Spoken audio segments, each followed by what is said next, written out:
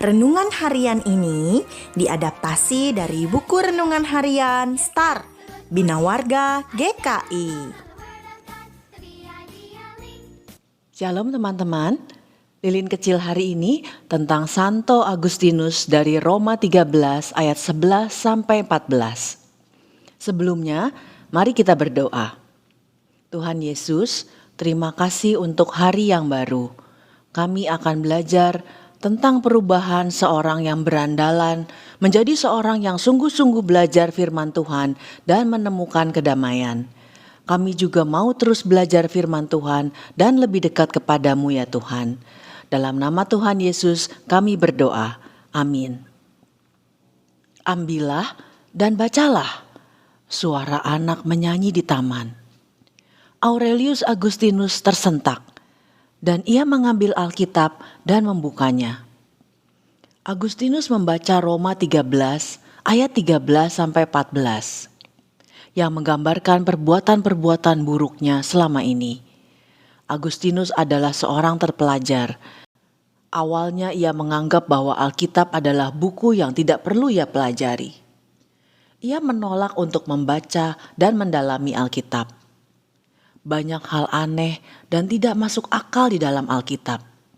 Agustinus hidup dengan mengutamakan nafsu duniawi, tetapi ia tidak menemukan kedamaian di sana.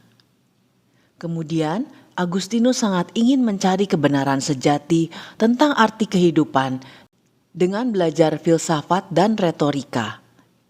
Dia mengikuti berbagai aliran filsafat yang berkembang saat itu. Agustinus masih bertanya-tanya, tetapi tidak menemukan kedamaian di situ. Doa ibunya yang tidak putus dan Roh Kudus melalui suara anak kecil mengubah Agustinus. Roh Kudus membawa Agustinus ke dalam pertobatan. Agustinus pun dibaptis oleh Uskup Ambrosius. Setelah pertobatan dan baptisannya, Agustinus memutuskan hubungannya dengan kehidupan yang hanya mementingkan dunia.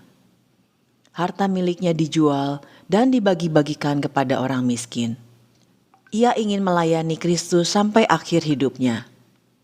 Teman-teman, mengapa Santo Agustinus berubah tingkah lakunya? Karena dia tidak menemukan kedamaian melalui kehidupan bebas yang dilakukannya. Bahkan setelah dia mendalami berbagai ilmu filsafat dan retorika. Akhirnya dia menemukan kedamaian di dalam firman Tuhan karena pimpinan Roh Kudus. Hal apa yang menyebabkan kita mengubah tingkah laku kita? Bisa dari nasihat orang tua, diingatkan teman, mendengar ajaran firman Tuhan dari guru sekolah minggu, membaca firman Tuhan, rajin berdoa, dan melalui pekerjaan Roh Kudus.